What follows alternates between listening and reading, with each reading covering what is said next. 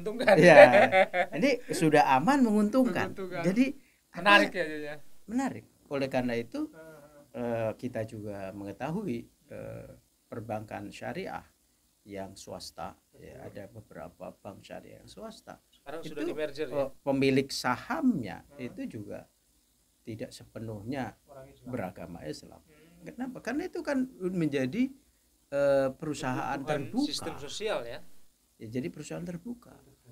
Jadi kalau begitu, bukan hanya negara Pancasila tidak ada problem dengan penerapan syariat Islam, bahkan penerapan syariat Islam itu sendiri, utamanya di bidang ekonomi, itu bukan hanya tidak bermasalah, tapi juga menguntungkan bagi semua warga negara. Jadi jika negara memerlukan, maka ada iuran lain selain zakat. Nah, dan di konstitusi kita itu menarik. Karena konstitusi kita, Undang-Undang Dasar 45 itu menyebutkan bahwa segala macam bentuk iuran, termasuk pajak itu, maka itu harus persetujuan dari DPR RI.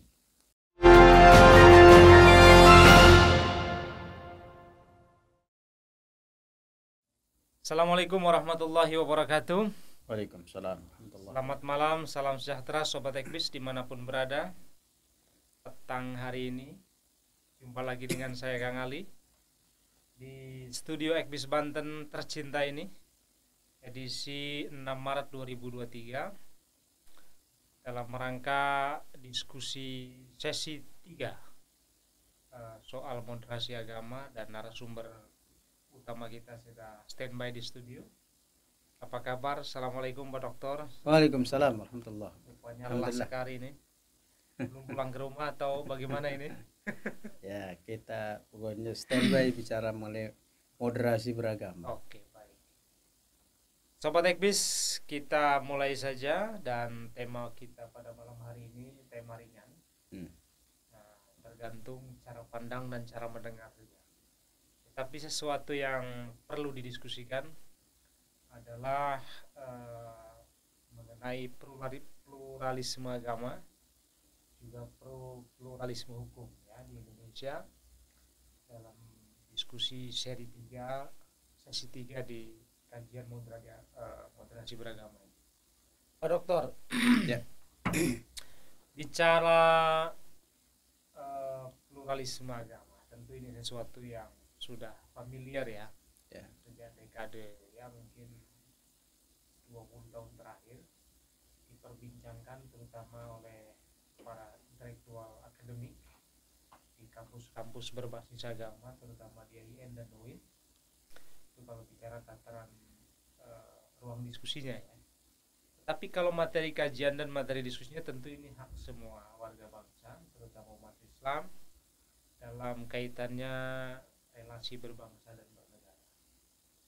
Dan apakah pluralisme agama hari ini juga masih mendapat tantangan seiring dengan dinamika perkembangan teknologi, dunia maya, dunia media sosial, yang tidak semua orang mempunyai perangkat dan latar belakang pemahaman agama yang sama. Sehingga kalau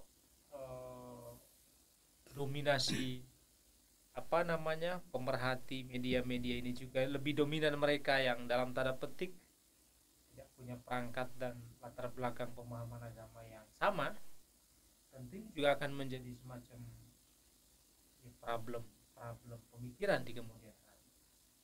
Lanjutnya adalah bicara soal pluralisme hukum. Nah, ini nanti pertanyaannya agak menggelitik, disimpan pertanyaannya, tapi saya sampaikan nih. Kita bicara negara Pancasila, Pak Dokter. Nah, apakah di dalam negara Pancasila itu juga boleh dalam konteks bicara pluralisme hukum, boleh juga berlaku hukum syariat gitu ya, secara khusus misalnya yang belum kira-kira gitu, dan untuk termasuk untuk agama yang lain misalnya.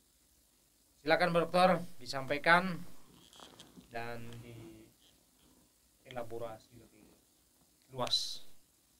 Terima kasih Kang Ali. Jadi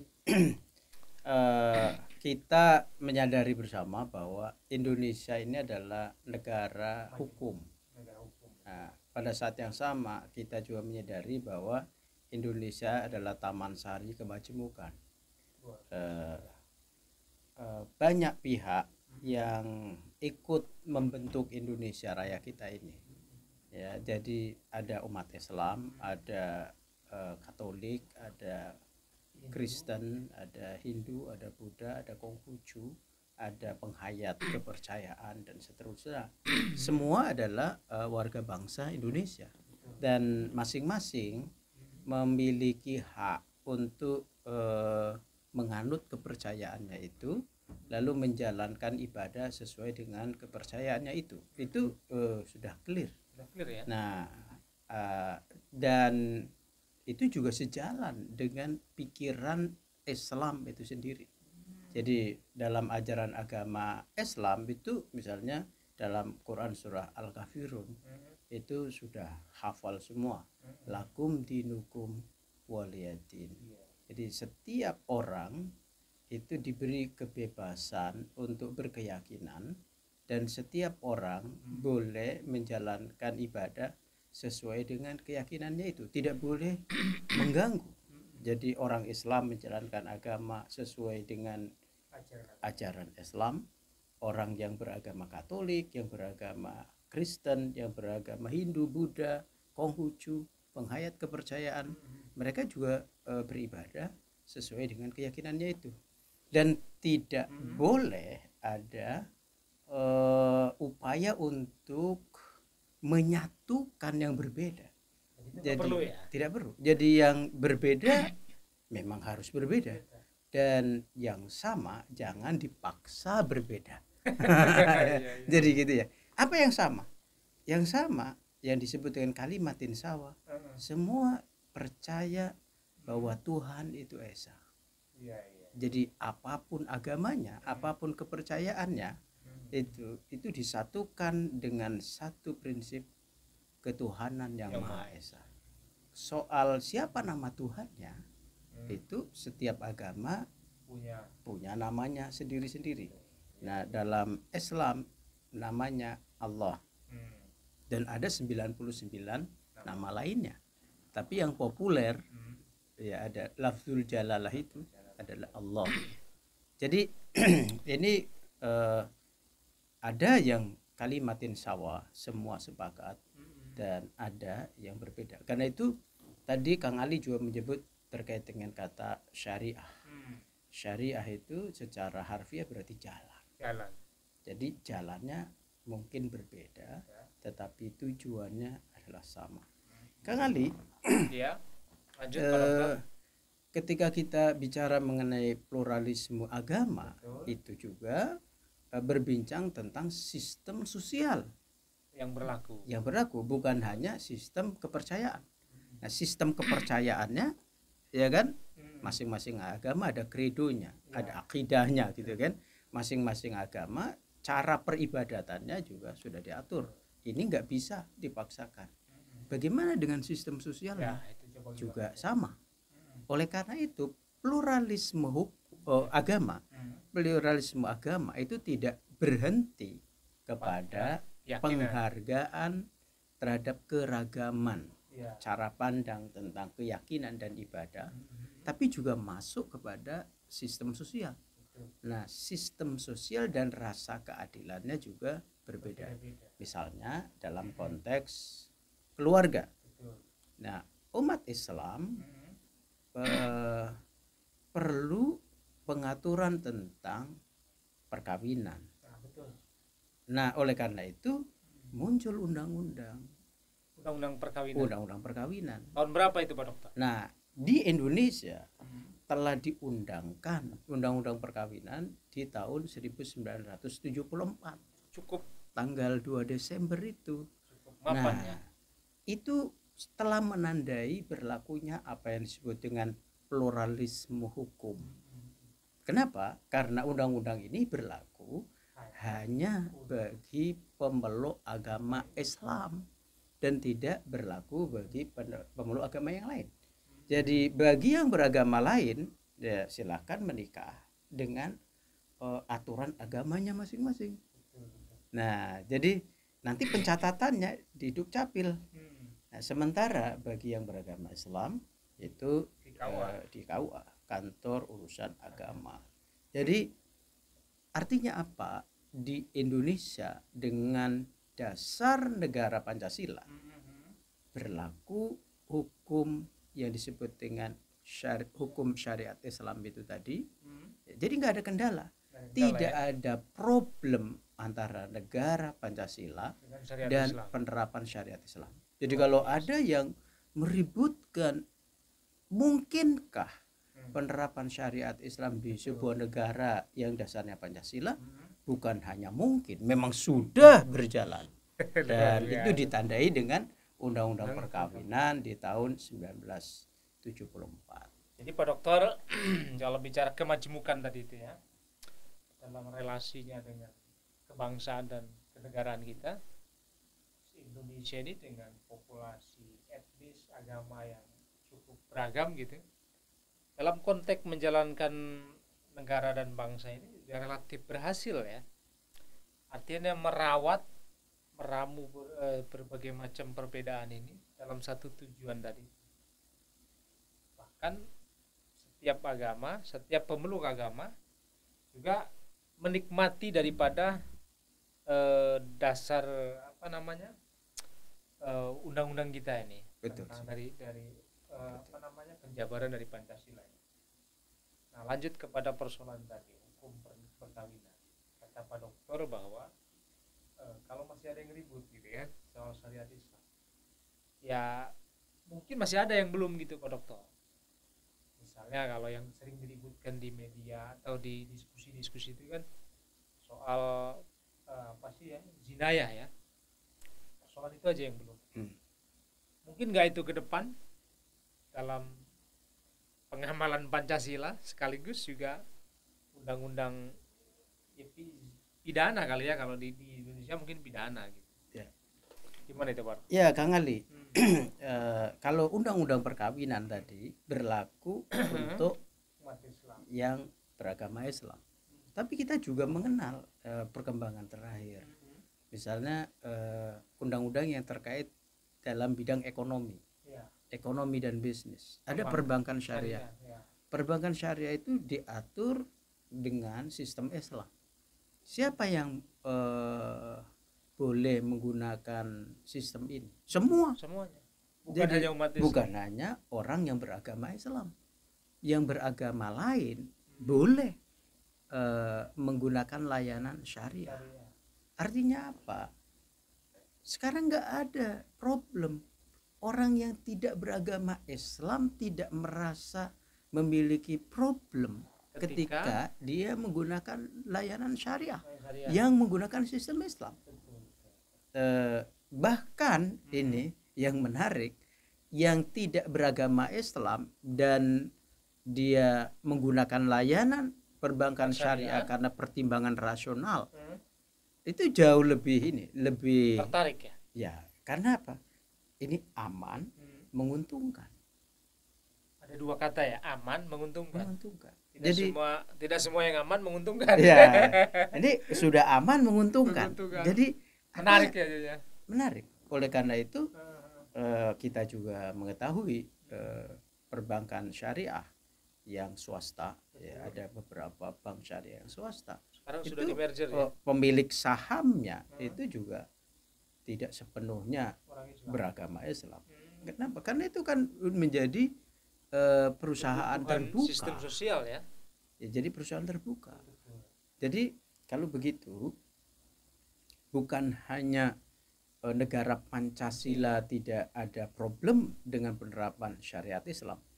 Bahkan penerapan syariat Islam itu sendiri, utamanya di bidang ekonomi, itu bukan hanya tidak bermasalah, tapi juga menguntungkan bagi semua warga negara di Indonesia itu, bahkan termasuk bagi yang tidak beragama Islam.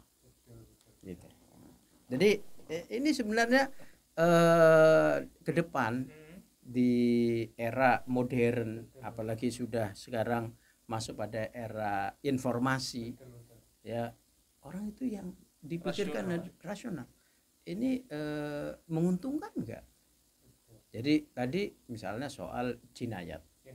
Soal jinayat itu kan bukan hanya soal misalnya potong tangan, ya kan? Kalau orang mencuri potong tangan, atau kalau orang membunuh dihukum mati, ya kan? Kan bukan hanya itu, ya kan? Banyak tema-tema lain. Nah, yang perlu saya ingatkan Kang Ali, bahwa dalam hukum jinayat itu kan yang dikenal oleh Islam itu disebut hudud. Hudud itu kan had gitu ya, pembatasan, dan itu berarti hukuman maksimal. Jadi misalnya begini Kang Ali, kalau saya tanya gitu, apakah orang yang membunuh itu harus dihukum mati? Pertanyaannya gitu. Kan jawabannya enggak. Kalau berbicara tadi hudud, ya namanya pembatasan, ya kan? Iya, hukum maksimalnya betul. Mati. Orang yang membunuh hukuman maksimalnya adalah dihukum mati. Dan nggak ada hukuman yang lebih tinggi dari hukuman mati, ya gitu kan? Ya. Tapi pertanyaannya, apakah orang yang membunuh itu selalu dihukum mati? Kan jawabnya enggak. Jadi misalnya kalau ternyata korban itu memaafkan, maka itu kan bisa diganti dengan 100 ekor unta, misalnya begitu kan? Nah ini yang jadi problem Kang Ali sebenarnya, bukan relasi Pancasila dengan sistem hukum Islam.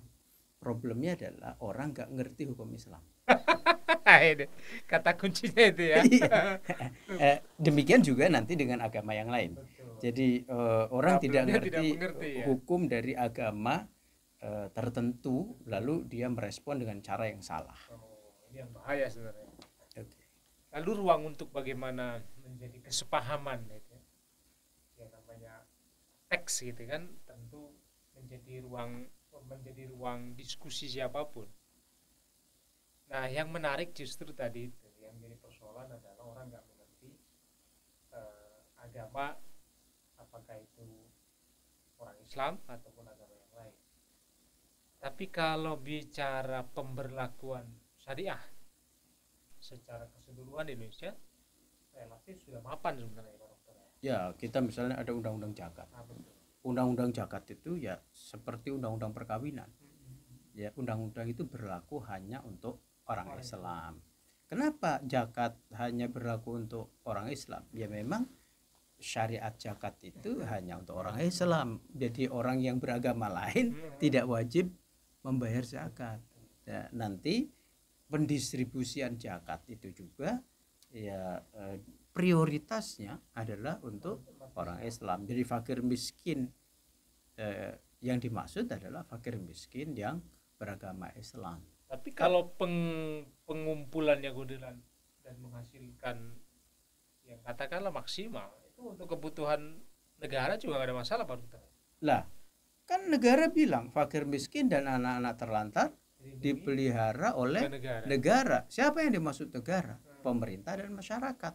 Nah, lembaga-lembaga ambil zakat itu adalah masyarakat yang diberi kewenangan oleh negara melalui peraturan perundang-undangan, yaitu undang-undang zakat. Jadi sah-sah saja ya. Sah. Jadi perintah agama Islam yang memerintahkan khud min amwalihim sedekah itu bisa. Ambillah. Sebenarnya siapa yang harusnya mengambil itu? Pemerintah. Lembaga negara, ya pemerintah. Kepanjangan tangannya tadi. Betul. Dan pemerintah melalui undang-undang itu memberi kewenangan kepada masyarakat untuk melakukan yang penghimpunan itu. Jadi hadirnya undang-undang zakat yaitu bagian dari implementasi pluralisme hukum tadi, dan dampak dari penerapan undang-undang itu adalah pelaksanaan konstitusi Undang-Undang Dasar 45. Fakir miskin dan anak-anak terlantar dipelihara oleh negara. Jadi kehadiran sistem Islam itu membantu negara, membantu merealisasikan sila kelima Pancasila, keadilan sosial bagi seluruh rakyat. Luar biasa Pak Dokter ini. Kita diminum kopinya Pak Dokter. Santai dulu. Oke ya. jangan terlalu semangat. Oke. Karena nggak berkeringat. Keuangannya berhasil. Siap. Lanjut Pak Dokter. Oke. Sesuatu yang menarik dan akan terus menjadi perhatian kita sebagai pemerhati ataupun pengkaji ya, kajian-kajian Islam ini kaitannya memang dengan fungsi negara sebagai pengatur ya, atau membuat regulasi sehingga kita sebagai warga negara ini ya terlayani bukan hanya sebagai pribadi, sebagai seorang muslim, baik itu ibadahnya ataupun hukum-hukumnya, tetapi kita juga sebagai warga negara menjalankan amanat konstitusi. Nah, bicara soal pluralisme hukum kaitannya dengan kesadaran masyarakat ya umumnya ataupun juga para penegak hukum, ini apakah juga ada korelasinya Pak Dokter? Misalnya begini, antara pemahaman hukum umat Islam dengan ketertiban hukum yang tercipta di masyarakat kita. Kita tidak bicara misalnya orang melanggar rambu lalu lintas itu nggak berdosa, tetapi dalam konteks berbangsa dan bernegara itu kan melanggar hukum. Kita sepele menganggap misalnya perilaku kita melanggar lalu lintas itu adalah ya nggak berdosa. Ini gimana Pak Dokter? Ya, jadi ini nanti soal pelanggaran itu kan tentu akan meluas. Jadi apa yang diatur dalam agama, dalam teks agama itu mengatur yang bersifat umum. Nanti ada yang bersifat khusus dan detail. Itu kan ada ruang ijtihad di situ. Nah, sekarang misalnya bicara mengenai lalu lintas. Lalu lintas itu apakah diatur misalnya di dalam kitab suci? Ya, sekarang pertanyaannya apakah kepentingan kitab suci untuk mengatur lalu lintas di mana ketika kitab itu turun itu kan juga tidak sama situasinya dengan sekarang. Tapi ada satu hal yang sama, misalnya ya dalam ajaran agama itu boleh nggak kita misalnya kencing di jalan? Kita ambil korenanya ke sana. Boleh nggak kita BAB di jalan? Kan dilarang. Betul. Boleh nggak kita BAB di depan rumah, yang di depan rumah itu ada jalan umum? Itu nggak boleh. Boleh nggak kita buang air kecil atau buang air besar di bawah pohon rindang? Nggak boleh. Kita sebut saja pohon rindang itu seperti halte. Betul. Iya kan? Karena orang dengan menggunakan kendaraan berkuda, unta, ya berteduh di bawah pohon rindang. Dan itu kita sebut saja halte. Ya, kita sebut saja itu terminal. Itu nggak boleh, ya kan? Jadi kita bisa banyak melakukan analogi seperti itu, Kang Ali. Jadi itu dampak dari pelanggaran itu kan sebenarnya disiplin saja. Tapi kalau yang saya soroti tadi sebenarnya agak menarik nih, bicara zakat, hubungannya dengan pajak. Kalau orang ini kemudian misalnya orang nggak bayar zakat, dosa, hartanya itu tidak dizakati kan berarti dosa. Nah, dampak dari dosa itu kan secara material tentu adalah orang-orang yang harusnya mendapat distribusi dari penghimpunan zakat ini tidak dapat. Sama dengan pajak misalnya, ketika orang kemudian nggak mau bayar pajak, konsekuensi hukumnya kan sampai hari ini misalnya belum ada ijtihad ulama mengatakan bahwa orang nggak bayar pajak itu berdosa misalnya. Padahal kalau bicara dampaknya, orang nggak bayar pajak bisa saja negara menjadi kolap kan, karena keuangannya nggak memadai gitu. Ini gimana Pak Dokter? Ya, jadi kita kombinasi ide dan gagasan ini. Jadi kita memang belum bisa sepenuhnya untuk berpikir kalau sudah bayar zakat nggak usah bayar pajak. Betul. Itu sebenarnya bisa. Catatannya adalah semua agama berkontribusi. Ya, ambil contohnya. Islam ada kewajiban bayar zakat. Kristen ada kewajiban untuk membayar persepuluhan. 10%. 10%. Istilahnya 10% apa persepuluhan? Persepuluhan. Dari pendapatan mereka ya. Oke. Nah itu. Dan itu dicatat di gereja misalnya gitu. Umat Islam dicatat di lembaga ambil zakat. Ya kan. Coba kalau dicatat di masjid itu lebih serius, ya kan. Kemudian di agama yang lain, di Hindu Buddha kan ada juga derma. Ya kan, ada derma. Saya membayangkan, ya, saya membayangkan kalau semua agama sesuai dengan keyakinan dan kepercayaannya itu berkontribusi membangun Indonesia. Yang beragama Islam di masjid mengumpulkan zakat, pundi kekayaannya, infak, sedekah, wakaf, ya kan. Yang beragama Kristen menghimpun dari persepuluhannya itu di candi, di pura, ya kan, ya, semua melakukan hal yang sama. Sudah cukup Indonesia itu untuk mewujudkan kemakmuran, kesejahteraan, keadilan sosial. Itu sudah cukup, ya kan. Tapi regulasinya itu kan hari ini yang diatur baru zakat. Sementara yang lain belum. Nah, ini kan karena yang bersemangat agar regulasi ini muncul kan pasca reformasi itu kan umat Islam yang bersemangat bagaimana kesadaran religius itu mewujud dalam tindakan-tindakan sosial. Ya, jadi lahirlah Badan Amil Zakat. Betul. Jadi ulama yang sangat concern dengan ini kan antara lain ya, ulama kita almarhum Profesor Ali Hafi, ya, dengan fikih sosialnya gitu. Jadi ini sangat serius. Jadi kalau ini diwujudkan, dampaknya luar biasa. Dampaknya luar biasa.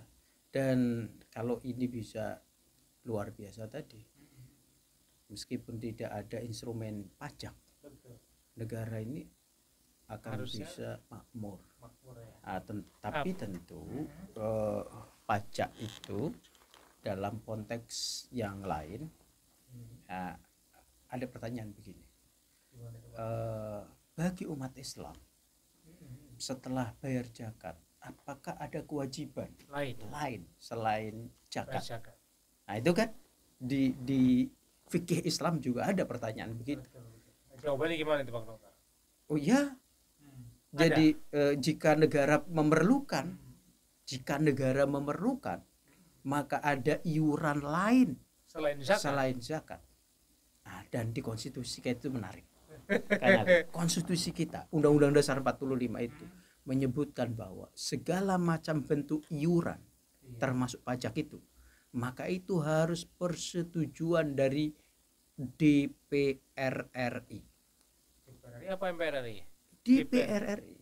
Nanti kalau ada kemauan hari ini pun bisa saja sebenarnya. Ya kalau misalnya ada asal terpenuhi itunya apa regulasinya. Betul. Jadi kalau misalnya kita membayangkan satu tatanan baru dari gagasan pluralisme hukum, misalnya, yang beragama Islam bayar zakat, yang beragama Kristen mengamalkan perpuluhan, yang beragama Hindu Buddha dengan derma dan seterusnya. Lalu itu semua catatannya terkoneksi. Nah, bila negara tidak cukup dengan dana yang tadi untuk mewujudkan keadilan sosial bagi seluruh rakyat, maka ada iuran tambahan. Itu sah-sah saja. Sah saja. Yang penting regulasinya terpenuhi. Ya, karena di dalam Islam sebagai contoh, sehingga nanti juga perlu dibuka kembali bagaimana menurut Kristen, bagaimana menurut Katolik, Hindu, Buddha, apakah dimungkinkan ada pungutan lain di luar pungutan keagamaan yang sudah ditentukan di dalam kitab sucinya masing-masing. Nah, kalau dalam Islam sendiri boleh memungkinkan. Makanya kan selain zakat ada infak, ada sedekah, ada tidak ada paksaan gitu ya. Iya. Dan itu bisa satu kewajiban yang mengikat, yang wajib di luar zakat.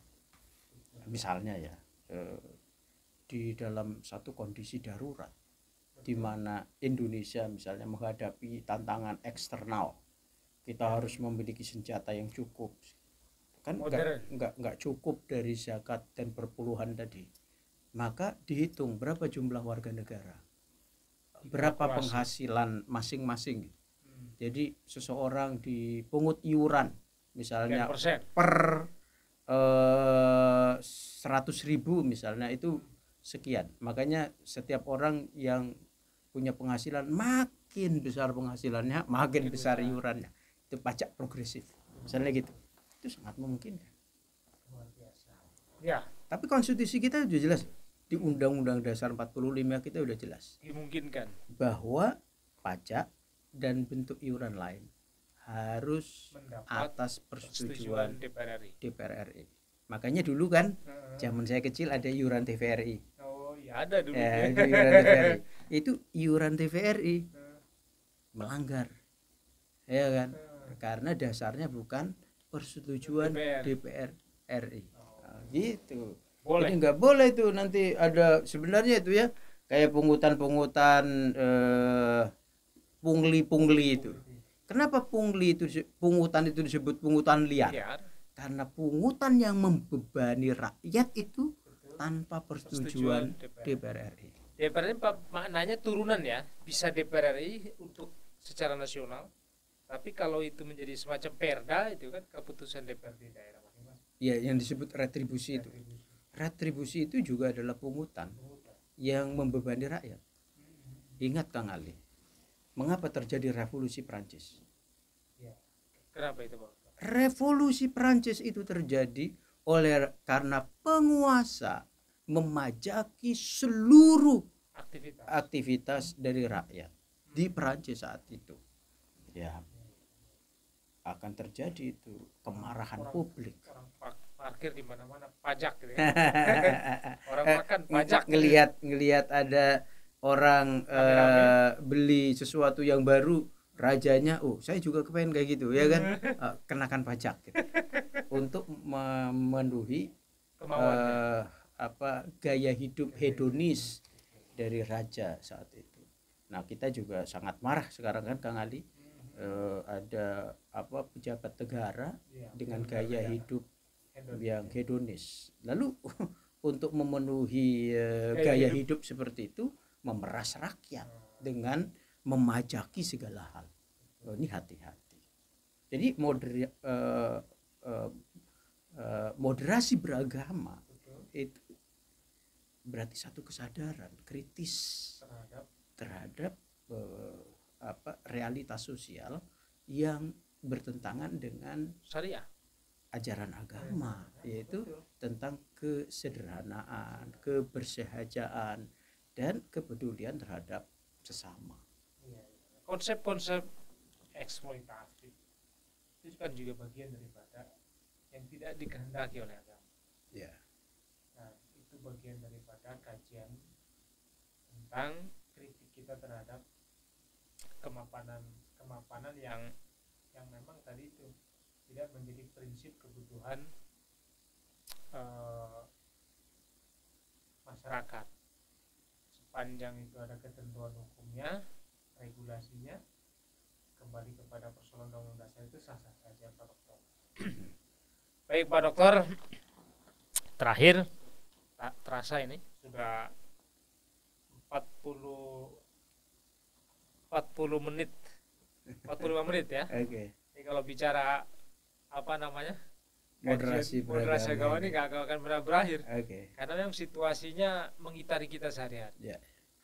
Tantangan kita ke depan, lagi-lagi tantangan. Karena kan yang memikirkan itu tentu adalah ya para akademisi, para intelektual, para ulama, para kiai, yang bukan saja khawatir, tapi bagaimana ajaran ini tidak hanya sejalan, tetapi juga membawa perubahan-perubahan manfaat, baik di sisi keyakinan tadi, orang ini berkembang jiwa, makin cinta dengan nabinya, makin cinta dengan Tuhannya, tetapi juga perilakunya makin disiplin dan negaranya aman gitu Pak. Iya.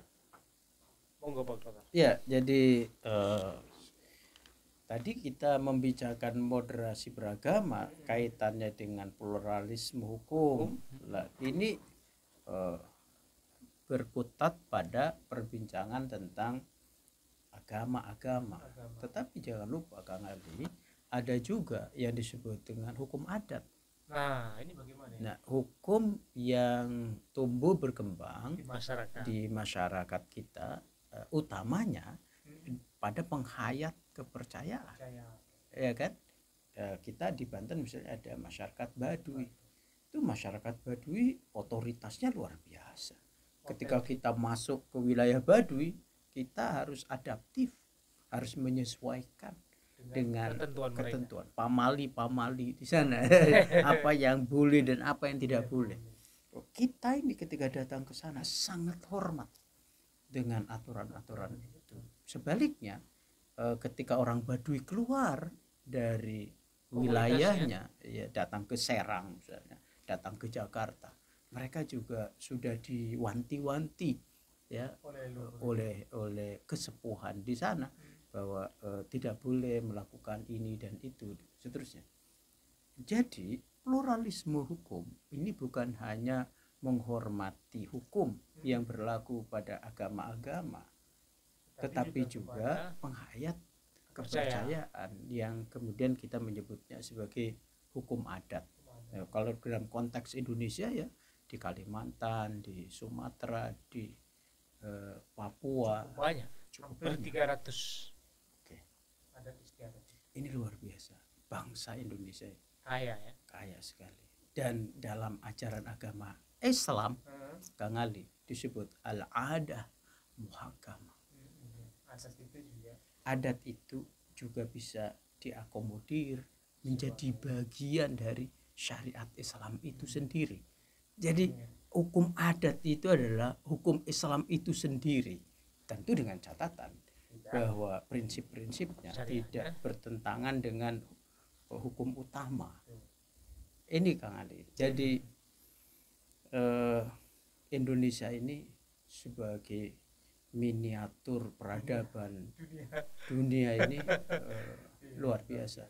Kita berterima kasih kepada pendiri republik ini ya, yang sebagian besar dari tim 9 itu adalah kiai. 5 diantaranya adalah kiai, 4 diantaranya 3 adalah keturunan kiai, 1 seorang Kristen yang taat, maramis, berhasil membangun satu filosofi bernegara bernama Pancasila. Luar biasa. Baik Pak Dokter, tanpa terasa waktu yang diberikan oleh kru studio rupanya sudah harus berakhir, dan perbincangan kita pada malam hari ini sudah dianggap cukup untuk sesi 3 ini. Di lain waktu dan kesempatan kita akan lanjut dengan tema-tema berikutnya masih seputar moderasi agama dan hazanah kajian Islam dan kebangsaan. Baik Sobat Ekbis, demikian diskusi kita dengan Pak Dr. Fadlullah, salah satu intelektual muda di Banten dan di Untirta, konon katanya juga mau naik menjadi kandidat rektor ya, mudah-mudahan aja jalannya mulus. Demikian, mudah-mudahan ada manfaatnya. Sampai ketemu lagi di lain waktu lain kesempatan. Saya Kang Ali dan Pak Dokter juga pamit undur. Billahi taufiq wal hidayah. Assalamualaikum warahmatullahi wabarakatuh. Waalaikumsalam warahmatullahi wabarakatuh.